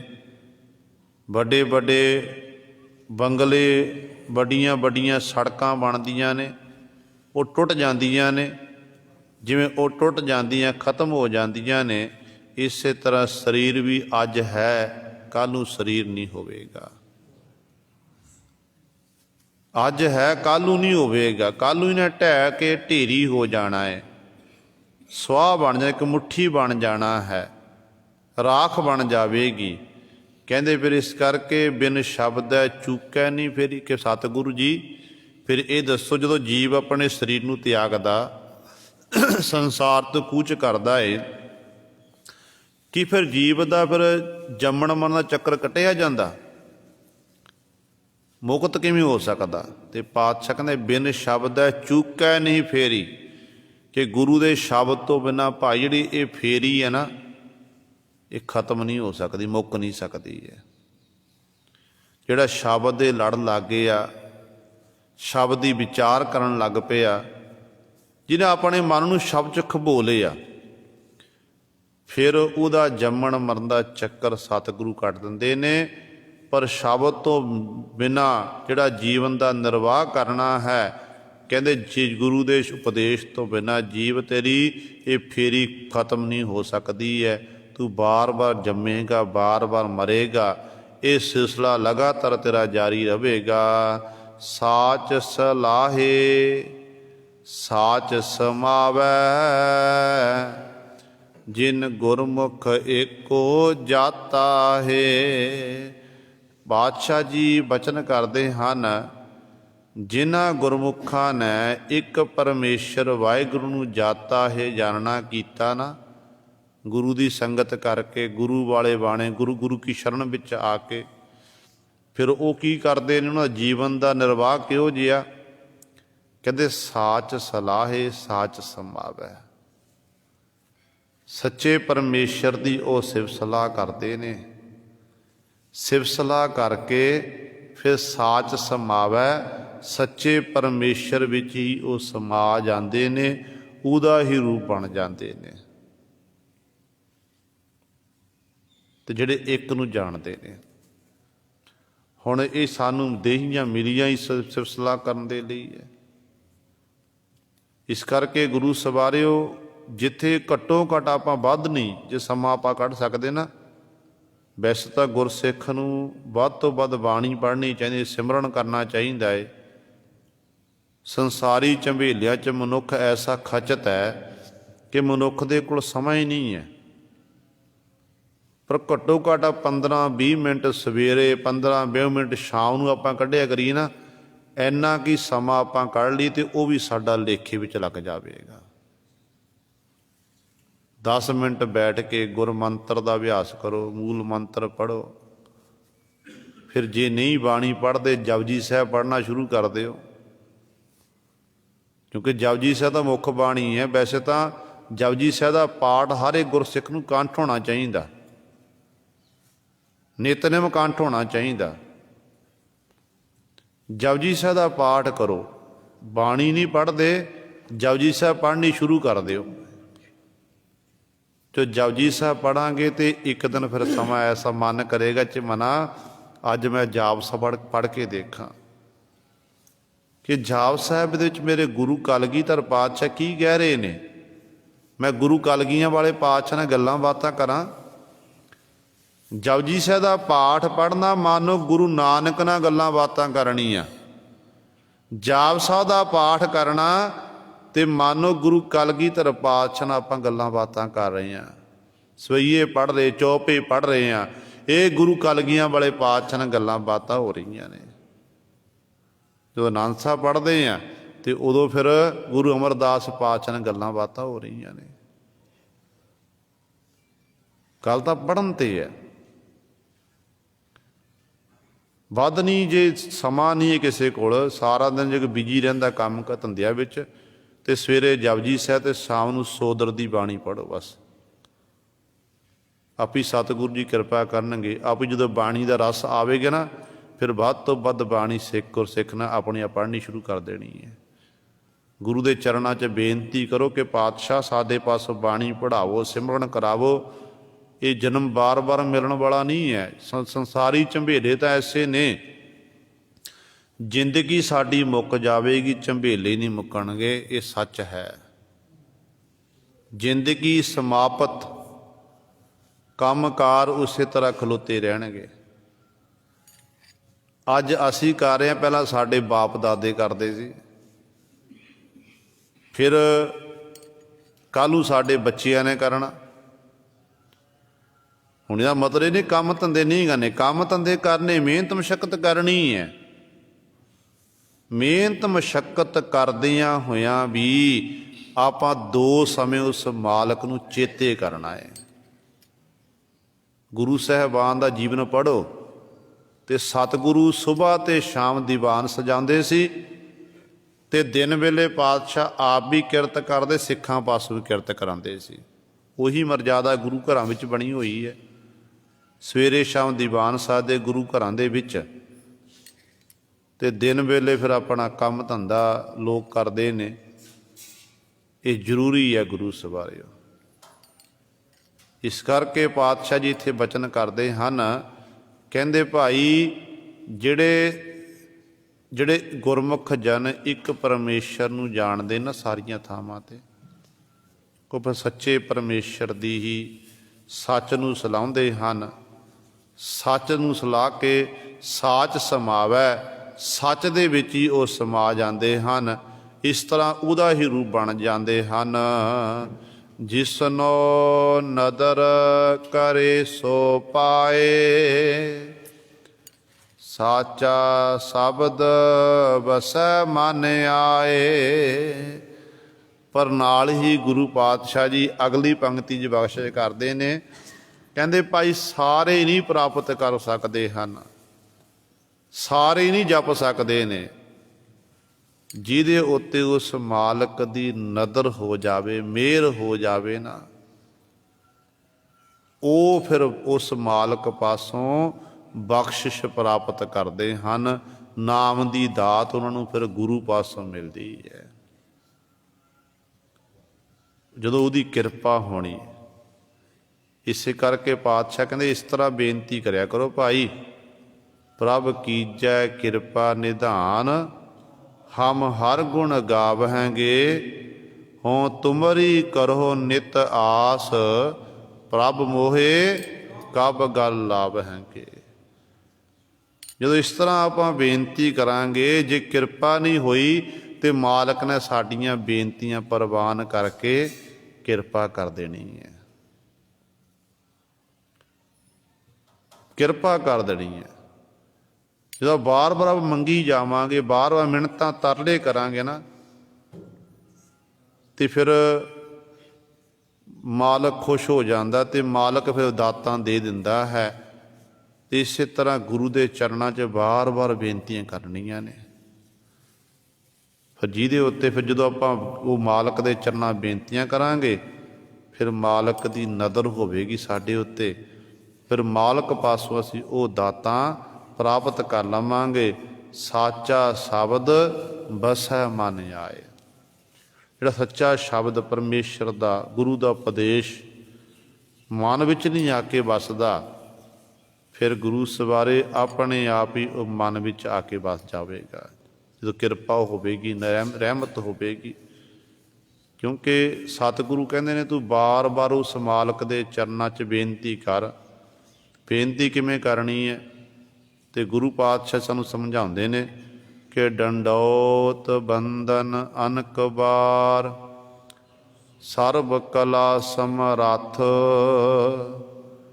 ਡੋਲਨ ਤੇ ਰਾਖੋ ਪ੍ਰਭੂ, ਨਾਨਕ ਦੇ ਕਰ ਹੱਥ। ਇਹ ਵੀ ਬੇਨਤੀ ਪਾਤਸ਼ਾਹ ਨੇ ਕੀਤੀ ਹੈ। ਡੰਡੌਤ ਬੰਦਨ, ਡੰਡੇ ਵੱਤ ਬਿਲਕੁਲ ਸਿੱਧੇ ਹੋ ਕੇ ਆਪਣੇ ਇਸ਼ਟ ਨੂੰ, ਆਪਣੇ ਗੁਰੂ ਨੂੰ ਬੰਦਨ ਨਮਸਕਾਰ ਕਰਨੀ। ਗੋਡੇ ਵੀ ਸਿੱਧੇ ਕਰ ਲੈਣੇ, ਹੱਥ ਵੀ ਸਿੱਧੇ ਕਰਕੇ, ਇੱਕ ਵਾਰ ਨਹੀਂ ਅਨੇਕਾਂ ਵਾਰ ਕਹਿੰਦੇ ਬਾਰ-ਬਾਰ ਨਮਸਕਾਰ ਕਰ। ਜਿਹੜਾ ਉਹ ਮਾਲਕ ਕੀ ਹੋਏਗਾ, ਸਰਬ ਕਲਾ ਸਮਰਾਟ, ਸਰਬ ਸ਼ਕਤੀਮਾਨ ਹੈ। ਤੇ ਨਾਲ ਬੇਨਤੀ ਕਰੋ, ਡੋਲਣ ਤੇ ਰਾਖੋ ਪ੍ਰਭੂ, ਨਾਨਕ ਦੇ ਕਰ ਹੱਥ। ਕਿ ਮੇਰੇ ਮਾਲਕ ਜੀ ਆਪਣਾ ਹੱਥ ਦੇ ਕੇ ਸਾਡਾ ਮਨ ਜਿਹੜਾ ਵਿਸ਼ਿਆਂ ਵਿੱਚ, ਵਿਕਾਰਾਂ ਵਿੱਚ ਡੋਲਦਾ ਜਾ ਰਿਹਾ ਹੈ, ਅਸੀਂ ਗੋਤੇ ਖਾ ਰਹੇ ਹਾਂ, ਤੇ ਆਪਣਾ ਕਿਰਪਾ ਰੂਪੀ ਹੱਥ ਦੇ ਕੇ, ਪ੍ਰਤੱਖ ਹੱਥ ਦੇ ਕੇ ਸਾਡੀ ਰੱਖਿਆ ਕਰਨਾ ਕਰੋ। ਜਦੋਂ ਅਸੀਂ ਇੰਝ ਬੇਨਤੀ ਕਰਾਂਗੇ, ਫਿਰ ਗੁਰੂ ਸਵਾਰ ਜਿਹੜਾ ਸ਼ਬਦ ਸਾਡੇ ਮਨ 'ਚ ਨਹੀਂ ਵਸਦਾ, ਗੁਰੂ ਦਾ ਉਪਦੇਸ਼ ਹਿਰਦੇ ਵਿੱਚ ਨਹੀਂ ਵਸ ਰਿਹਾ ਹੈ, ਬਾਰ-ਬਾਰ ਬੇਨਤੀਆਂ ਕਰਨ ਦੇ ਨਾਲ ਉਹ ਸੱਚਾ ਸ਼ਬਦ ਮਨ ਵਿੱਚ ਆ ਕੇ ਵਸ ਜਾਵੇਗਾ। ਗੁਰਬਾਣੀ ਦੇ ਵਿੱਚ ਬਹੁਤ ਸਾਰੇ ਸ਼ਬਦ ਐਸੇ ਨੇ ਜਿਹਦੇ ਵਿੱਚ ਸਤਿਗੁਰੂ ਨੇ ਸਾਨੂੰ ਬੇਨਤੀ ਕਰਨ ਦਾ ਤਰੀਕਾ ਦੱਸਿਆ ਹੈ। ਦੇਖੋ, ਰੋਜ਼ਾਨਾ ਪੜ੍ਹਦੇ ਹਾਂ ਆਪਾਂ ਸਤਿਗੁਰ ਦੇ ਬਚਨ, ਸੋਹਲਾ ਸਾਹਿਬ ਦੀ ਪਾਵਨ ਬਾਣੀ ਵਿੱਚ ਕਿ ਕਰੋ ਬੇਨੰਤੀ ਸੁਣੋ ਮੇਰੇ ਮੀਤਾ, ਸੰਤ ਟਹਿਲ ਕੀ ਬੇਲਾ, ਈਹਾਂ ਖਾਟ ਚਲੋ ਹਰ ਲਾਹਾ, ਆਗੈ ਬਸਣ ਸਹੇਲਾ। ਫਿਰ ਟੋਡੀ ਰਾਗ ਦੇ ਵਿੱਚ ਪੰਜਵੇਂ ਗੁਰ ਦੇ ਮਹਾਰਾਜ ਬਚਨ ਕਰਦੇ ਨੇ, ਇਹ ਗੁਰੂ ਦੇ ਚਰਨਾਂ 'ਚ ਬੇਨਤੀ ਕਿਵੇਂ ਕਰਨੀ ਹੈ, ਕਿਸ ਤਰ੍ਹਾਂ ਸਤਿਗੁਰ ਦੇ ਚਰਨਾਂ 'ਚ ਮਿੰਨਤਾਂ ਤਰਲੇ ਕਰਨੇ ਨੇ। ਤੇ ਪਾਤਸ਼ਾਹ ਕਹਿੰਦੇ ਨੇ, ਇੰਝ ਆਖੋ ਕਿ ਸਤਿਗੁਰ ਆਇਓ ਸਰਣ ਤੁਹਾਰੀ, ਮਿਲੈ ਸੂਖ ਨਾਮ ਹਰ ਸੋਭਾ, ਚਿੰਤਾ ਲਾਹੇ ਹਮਾਰੀ, ਅਵਰ ਨ ਸੂਝੈ ਦੂਜੀ ਠਾਹਰ, ਹਾਰ ਪਰਿਓ ਤੋ ਦੁਆਰੀ, ਲੇਖਾ ਛੋੜ ਅਲੇਖਾ ਛੂਟੈ, ਹਮ ਨਿਰਗੁਣ ਲਿਹੋ ਉਬਾਰੀ, ਸਦਬਖ ਸਿੰਧ ਸਦਾ ਮਿਹਰਬਾਨਾ, ਸਭਨਾ ਦੇ ਆਧਾਰੀ, ਨਾਨਕ ਦਾਸ ਸੰਤ ਪਾਛੈ ਪਰਿਓ, ਰਾਖ ਲਿਹੋ ਇਹ ਬਾਰੀ। ਇਹ ਬੇਨਤੀ ਹੈ। ਇਸੇ ਤਰ੍ਹਾਂ ਹੀ ਕੀਰਤ ਭੱਟ ਜੀ ਸਾਡੀ ਸਾਰਿਆਂ ਦੀ ਅਗਵਾਈ ਕਰਕੇ ਗੁਰੂ ਰਾਮਦਾਸ ਪਾਤਸ਼ਾਹ ਮਹਾਰਾਜ ਦੇ ਚਰਨਾਂ 'ਚ ਬੇਨਤੀ ਕਰਦੇ ਨੇ। ਜੋ ਭੱਟ ਸਾਹਿਬਾਨ ਜੀ ਦੇ ਬਚਨ ਨੇ, ਅਗਵਾਈ ਕਰ ਰਹੇ ਨੇ ਕੀਰਤ ਭੱਟ ਜੀ, ਤੇ ਸਾਰਿਆਂ ਦੀ ਬੇਨਤੀ ਹੈ। ਤੇ ਭੱਟ ਜੀ ਕਹਿੰਦੇ ਨੇ, ਹਮ ਅਵਗਣ ਭਰੇ ਏਕ ਗੁਣ ਨਾਹੀ, ਅੰਮ੍ਰਿਤ ਛਾੜ ਬਿਖੈ ਬਿਖ ਖਾਈ। ਮਾਇਆ ਮੋਹ ਭਰਮ ਪੈ ਭੂਲੇ, ਸੁਤ ਦਾਰਾ ਸਿਉ ਪ੍ਰੀਤ ਲਗਾਈ। ਇਕ ਉਤਮ ਪੰਥ ਸੁਣਿਓ ਗੁਰ ਸੰਗਤ, ਤੇਹ ਮਿਲੰਤ ਜਮ ਤਰਾਸ ਮਿਟਾਈ। ਇਕ ਅਰਦਾਸ ਭਾਟ ਕੀਰਤ ਕੀ, ਗੁਰ ਰਾਮਦਾਸ ਰਾਖੋ ਸਰਣਾਈ। ਇਹ ਬੇਨਤੀਆਂ ਦੇ ਬਹੁਤ ਸਾਰੇ ਇਸ ਤਰ੍ਹਾਂ ਗੁਰੂ ਗ੍ਰੰਥ ਸਾਹਿਬ ਨਾਲ ਸਾਨੂੰ ਸ਼ਬਦ ਪ੍ਰਾਪਤ ਹੁੰਦੇ ਨੇ। ਤੇ ਪਾਤਸ਼ਾਹ ਕਹਿੰਦੇ ਇਸ ਤਰ੍ਹਾਂ ਤਾਂ ਭਾਈ ਬੇਨਤੀ ਕਰੋ, ਤੇ ਬੇਨਤੀ ਕਰਾਂਗੇ ਫਿਰ ਸਾਚਾ ਸ਼ਬਦ ਵਸੈ ਮਨ ਆਏ। ਗੁਰੂ ਦਾ ਜਿਹੜਾ ਸ਼ਬਦ ਹੈ, ਗੁਰੂ ਦਾ ਉਪਦੇਸ਼ ਹੈ, ਉਹ ਮਨ ਵਿੱਚ ਆ ਕੇ ਵਸ ਜਾਵੇਗਾ। ਨਾਨਕ ਨਾਮ ਰਤੇ ਨਿਰੰਕਾਰੀ, ਦਰ ਸਾਚੈ ਸਾਚ ਪਛਾਤਾ ਹੈ। ਨਾਨਕ ਗੁਰੂ ਜੀ ਉਚਾਰਨ ਕਰਦੇ ਹਨ ਕਿ ਜਿਹੜੇ ਨਾਮ ਵਿੱਚ ਰਤੇ ਤਦਾਕਾਰਾਂ ਨਿਰੰਕਾਰ ਵਾਹਿਗੁਰੂ ਦੇ ਨਾਮ ਵਿੱਚ ਤਦਾਕਾਰ ਹਨ, ਮਸਤ ਹਨ, ਉਹ ਫਿਰ ਦਰ ਸਾਚੈ, ਸੱਚੇ ਦਰ 'ਤੇ ਜਾ ਕੇ ਸਾਚ ਪਛਾਤਾ ਹੈ, ਸੱਚੇ ਪਰਮੇਸ਼ਰ ਵਾਹਿਗੁਰੂ ਨੂੰ ਉਹ ਪਹਿਚਾਣ ਲੈਂਦੇ ਹਨ। ਉਸ ਮਾਲਕ ਨਾਲ ਬਿਲਕੁਲ ਇੱਕ ਮਿੱਕ ਹੋ ਜਾਂਦੇ ਨੇ, ਕਿਉਂਕਿ ਉਹਨਾਂ ਦੀ ਅਵਸਥਾ ਐਸੀ ਬਣ ਜਾਂਦੀ ਹੈ, ਜਿੱਧਰ ਵੀ ਦੇਖਦੇ ਉਹਨਾਂ ਥਾਵਾਂ, ਸਾਰੀਆਂ ਥਾਵਾਂ 'ਤੇ ਉਹਨਾਂ ਨੂੰ ਇੱਕ ਮਾਲਕ ਵਾਹਿਗੁਰੂ ਨਜ਼ਰ ਆਉਂਦਾ ਹੈ। ਹਰ ਇੱਕ ਵਿੱਚ ਉਸ ਮਾਲਕ ਦੀ ਜੋਤ ਨੂੰ ਦੇਖਦੇ ਨੇ। ਉਹਨਾਂ ਦੀ ਪਹੁੰਚ ਸਰੀਰ ਤੱਕ ਨਹੀਂ ਹੁੰਦੀ ਹੈ। ਸਾਡੀ ਜਿਹੜੀਆਂ ਪਹੁੰਚਾਂ ਨੇ ਇੱਕ ਦੂਜੇ ਦੇ ਸਰੀਰ ਤੱਕ ਹੈ। ਆਪਾਂ ਇੱਕ ਦੂਜੇ ਦਾ ਰੂਪ ਰੰਗ ਦੇਖਦੇ ਹਾਂ, ਨੈਣ ਨਕਸ਼ ਦੇਖਦੇ ਹਾਂ। ਆਪਾਂ ਕਹਿੰਦੇ ਫਲਾਣੇ ਦਾ ਨੱਕ ਇਹੋ ਜਿਹਾ, ਫਲਾਣੇ ਦੀਆਂ ਅੱਖਾਂ ਇਹੋ ਜਿਹੀਆਂ, ਉਹਦਾ ਰੰਗ ਗੋਰਾ, ਉਹਦਾ ਰੰਗ ਕਾਲਾ ਹੈ। ਇਹ ਸਾਡੀ ਸਰੀਰਾਂ ਤੱਕ ਪਹੁੰਚ ਹੈ। ਪਰ ਪਰਮਾਤਮਾ ਤੇ ਪਰਮਾਤਮਾ ਦੇ ਪਿਆਰਿਆਂ ਦੀ ਜਿਹੜੀ ਪਹੁੰਚ ਹੈ ਨਾ, ਉਹ ਸਾਡੇ ਅੰਦਰ ਤੱਕ ਹੈ, ਕਿ ਅੰਦਰ ਕੀ ਹੈ ਤੇ ਬਾਹਰ ਕੀ ਹੈ। ਦੇਖੋ ਜਿਹੜੇ ਗੁਰਮੁਖ ਪਿਆਰੇ ਮਹਾਂਪੁਰਖ ਹੋਏ ਨੇ ਜਾਂ ਰੱਬ ਦੇ ਫਿਰ ਭਗਤ ਜਨ ਹੋਏ ਨੇ, ਉਹਨਾਂ ਨੂੰ ਕਿਵੇਂ ਪਤਾ ਲੱਗ ਜਾਂਦਾ ਸੀ ਕਿ ਇਹਨਾਂ ਦੇ ਅੰਦਰ ਕੀ ਵਿਚਾਰ ਚੱਲ ਰਹੀ ਹੈ, ਬਾਹਰ ਕੀ ਹੈ ਤੇ ਅੰਦਰ ਕੀ ਹੈ। ਕਿਉਂਕਿ ਉਹਨਾਂ ਕੋਲ ਉਹਨਾਂ ਜਿਹੜੇ ਅੰਤਰੀਵ ਨੇਤਰ ਨੇ, ਗਿਆਨ ਰੂਪੀ ਨੇਤਰ ਹਨ, ਜਿਹੜੇ ਹਨ ਉਹ ਪ੍ਰਕਾਸ਼ਵਾਨ ਨੇ, ਉਹ ਖੁੱਲ੍ਹੇ ਹੋਏ ਨੇ। ਉਹਨਾਂ ਗਿਆਨ ਰੂਪੀ ਨੇਤਰਾਂ ਦੇ ਰਾਹੀਂ ਫਿਰ ਉਹ ਦੇਖਦੇ ਨੇ ਅਤੇ ਸਾਰੀਆਂ ਥਾਵਾਂ 'ਤੇ ਉਹਨਾਂ ਨੂੰ ਇੱਕ ਪਰਮੇਸ਼ਰ ਵਾਹਿਗੁਰੂ ਦਿਖਾਈ ਦਿੰਦਾ ਹੈ। ਇਸ ਤਰ੍ਹਾਂ ਸਾਰੇ ਥਾਵਾਂ 'ਤੇ ਇੱਕ ਮਾਲਕ ਨੂੰ ਪਹਿਚਾਣ ਲੈਂਦੇ ਹਨ। ਇਹ ਗੁਰੂ ਸਵਾਰਿਓ ਸਤਿਗੁਰੂ ਮਹਾਰਾਜ ਨੇ ਸਾਡੇ ਉੱਤੇ ਬਖਸ਼ਿਸ਼ ਕੀਤੀ ਹੈ। ਦਾਸ ਤੋਂ ਬੋਲਦਿਆਂ ਤੋਂ ਇੱਕ ਨਹੀਂ, ਅਨੇਕਾਂ ਗਲਤੀਆਂ ਹੋ ਗਈਆਂ।